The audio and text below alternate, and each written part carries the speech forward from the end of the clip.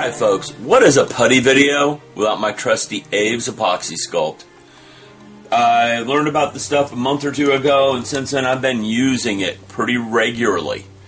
Comes in two parts. I don't have the small containers right now. I gotta find the other small container. I've been using so much I went out and bought the big containers, the 4-pound set. Now with that I could probably custom build my own models. I don't know, probably. I mix them up. It's a 2-part epoxy is what it really is. Okay? It's been formulated so it's water soluble until it cures. Once it's cured, it's not water soluble anymore. So I took 2 equal parts, mixed them together. I've been kneading them together for about a minute. I also mixed a little bit of water into it to make it a little bit softer. Okay, that's one trick some people haven't, I bet a lot of you don't know you can do. Needing a little bit of water in there isn't going to lower its strength. It just makes it a lot easier to work with. So I'm going to pinch off a little bit of this. And I like to keep my fingers wet when I'm working with this stuff because it will stick to your fingers. And if your fingers are wet, it won't stick to them. It won't stick to anything with water. Because again, water is its... well, it's water soluble. It's a lot like clay right now, except for it's plastic. It's a polymer. So I'm rolling out a really small little piece of this stuff. That way I can control how much I put on the model. So let's zoom in a little bit because I know you guys can see I was rolling something out, but you can't see what I'm rolling. A little too far. It's this little piece right here.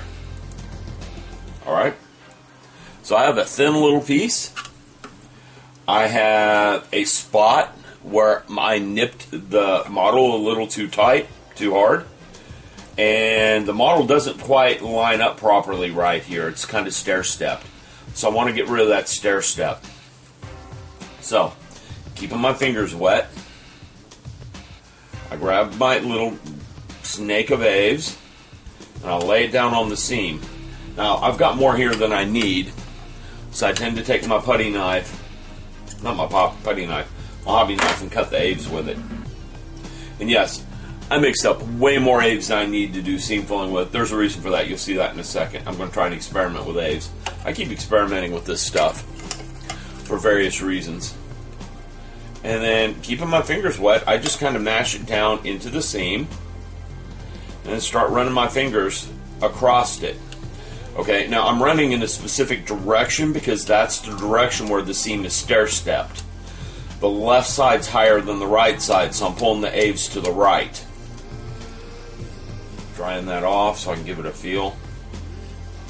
It's a little bit higher than I would like, but a little bit of sanding will fix that. And there you go, I just did the seam with Aves. Alright? And we'll let that cure up. It'll take it about 3 hours to cure. It takes longer to cure than other seam filling methods. But the happy thought about this is that is harder than the plastic. So if you need something harder than the plastic to take care of your seam with, Aves is the ticket. It will cure up harder than the plastic. Now it's going to be there permanently. It will not shrink. It won't do a lot of stuff. Okay? But since it cures harder than the plastic, you can end up with some problems like I'm having up here, where I got the Aves on there a little too thick, and I'm having to remove it, and I'm damaging the plastic around it. I'm just using some higher grit sandpaper, and I like to get that off there. Alright? And I use some Aves on these guys, and that's because they're a nice flush surface. It works really well here. I mean, it's smoothed out, sanded down perfectly fine. So, I like using Aves. You have to work it a little bit harder than you do some of the other putties, but it works. Alright, now, to talk about my experiment, because that's all I'm going to do with the Aves on that piece. I still have to come in and hit the Bondo. So, let's back this up so I can talk my experiment. Here's my experiment. Got a couple of resin models. And they gave me bases. I don't use these bases. This one, I could almost... It's a Star Trek emblem. I'm sure some of you recognize it. But it's so poorly cast that I don't feel like I can really use it for anything. There's bubbles all over it. It would take me more time to correct this than it would be worth. This one's just got one bubble in it, but it's kind of rough. This one's much better cast. So what I'm going to do with my Aves is, well, Aves is an epoxy, correct? People use epoxy to glue things together. Some of you already see where I'm heading with this. I want to see if I can use Aves to glue a couple of pieces of resin together. I'm working on the Desslok Cruiser over here, and if I can use some Aves to glue these things together, I do my seam filling and my gluing at the same time. And epoxy holds resin parts together better than super glue does. So you can see my motivation. I want to see if this works. So I got my Aves spread out pretty thin. I got my Star Trek emblem. I'm mashing them together right now. What I'm going to do now is clamp them, and I'm going to let that sit for 5 hours, 6 hours, in other words, overnight, and then try to pull them apart. I'll try to pull them apart on video, and we'll see what happens. So I'm getting a big clamp. I'm a big fan of these Irwin clamps. This one's bigger than I need for model building. It's the biggest clamp I have for model building. But it comes in handy for things like this. And I just come in here and squeeze them down. So these guys are squeezed together pretty good. Everyone see that? So I'm going to let that sit for a couple of hours. And basically overnight. And we'll see what happens in the morning. We'll try to pull it apart. Alright, I'll be back when I get it set up for the Bondo. I'm going to cheat a little bit. I'm skipping the Bondo for the moment. What I'm going to do is talk about Mr. Surfacer 500. It's a thick primer, a really thick primer. It's not really a putty. I've got some Mr. Dissolve putty coming. But this thing has a few really shallow seam marks on it. Right along here. I'm just going to hit it with a thick coat of Mr. Surfacer 500. To attack those really shallow spots. And we'll see how that does. So I'm just throwing in a bonus type of seam filler here. Okay? And you just paint it on. Pretty simple. And I'm putting it on there really thick. That's all you do. You just put it on there with a brush pretty thick. Pretty simple stuff. Let it dry and then sand it. It's not going to take any really big spots like I've been hitting with some of these other types of putty, like I did here with the Aves. It's not going to handle a big, thick spot like that, but it'll handle tiny spots. And that's what it was designed for. I got a really nasty spot right along here I'm going to have to do some work on. No way I'm going to touch it with that. I'll save that spot for the Bondo. But I'm going to walk around on some of these other parts and hit it with this stuff real quick. Be back in a bit. Folks, I've been working on this thing and I want to stop and give you a quick update. Okay? Remember I put the Aves putty on here? I can still feel it after sanding it down pretty good. Here's another spot with the Aves. That one's finally sanded smooth. I can't feel it anymore. Here I used Mr. Surfacer. I can feel it in a few spots, and that's because it's stair step. It's a little hard to sand on. Here's some more Aves down here. Mr. Surfacer there and there and there, and they're smooth, and I can't feel them. I also put the Mr. Surfacer on the bombs that come with it, and they did a pretty good job of filling the seams. But keep in mind, these are light little seams. They're not big heavy seams, and for a big heavy seam, you wouldn't want to try to use Mr. Surfacer. Okay? In fact, on this one, I completely missed this end over here. So that seam's going to show if I paint that. Good thing about that is this glues up like this. Unless you get out a magnifying glass, you're not going to be able to really see that seam because it glues up so tightly to the ship itself. Right underneath. I'm still going to hit it. I got to have something to hit with this. But another reason we're here right now is I got a bad seam right there. Okay? And I don't think... Well, it's also come unglued a little bit, so I got out the Pro Weld. One way of dealing with seams like that is to hit it with this really strong glue that helps melt the body, and then clamp it down real tight. Now, it isn't going to work on this one. That's too big of a gap. But clamping it down real tight, what that does is any little plastic that melts in between the seams will squeeze out between the seams. And again, that's not going to work here. We're not going to see that on this because that gap's way too big. I'm going to hit that with the Bondo.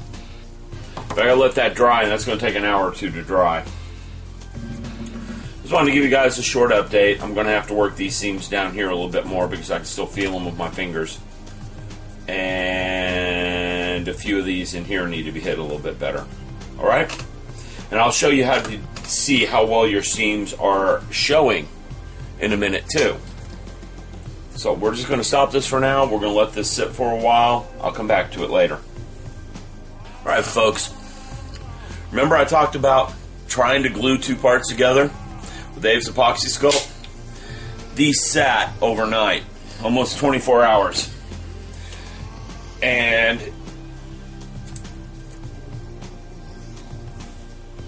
I'm going to break them, is what's going to happen.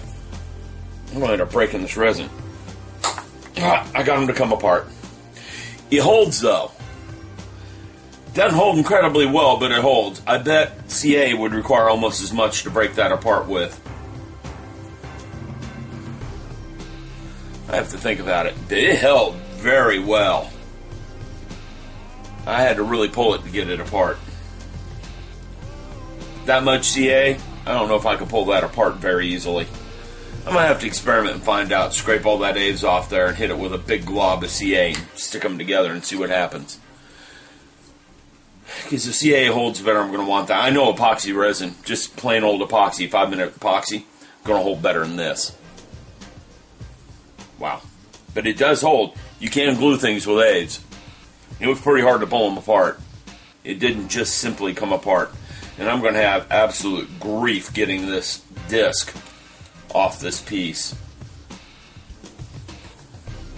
I would suspect. Well, there's that update. You can use Aves to glue things together. It's just not the strongest glue in the world. These also have fairly smooth surfaces. You can see that they did. There's not much bubble in there.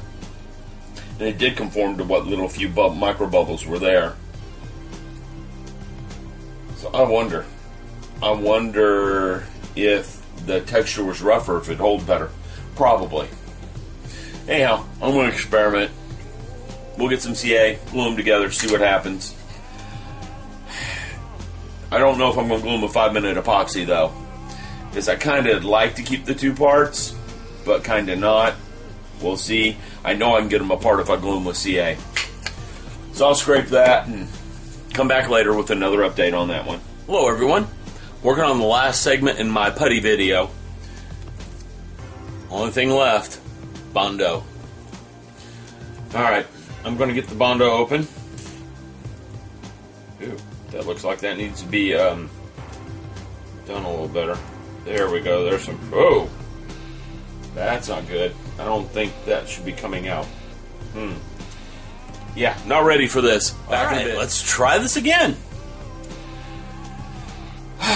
Alright. Oh, I can get some, yeah, really liquidy. It's probably good, actually. Alright, but the problem is I have a pretty nasty spot to fix, and wow. When I first used this tube, it didn't do that at all. And this is one of the reasons why I don't like tube putty. You never know what the consistency is going to be when you go to get it out of the tube. Most of the time it's dried solid like a rock if you've let it sit for any period of time. Other times it's like this thing and fountain of whatever coming right at you. So let's see what we can do with this. I got 2 spots I saved on this thing for this. One of them is right here at the bottom.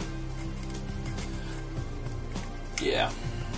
And this putty is so thick, I don't know if I can, so watery, I don't know if I can actually do anything with it other than make a mess. We'll try. I put some right there, and I got another spot on the front, and this is the bad part, I gotta turn this thing over. Up near the top that I saved for this. And again, this putty is so thick and, I mean, watery. I don't know how useful it's going to be. Again, this stuff isn't supposed to be this way. I think it did some separation while I was storing it, and you can't mix it up in that tube. So we'll let this stuff sit. I'll come back. You can, here, let's zoom in so you can see what I've done. With it being so wet and thin, it's real easy to put on there. Okay, and you can see it right there. Of course, the camera wants to focus on everything but it. And on the back side, you can see where I put it there because it is very much a different color than the other types of stuff around it. There we go.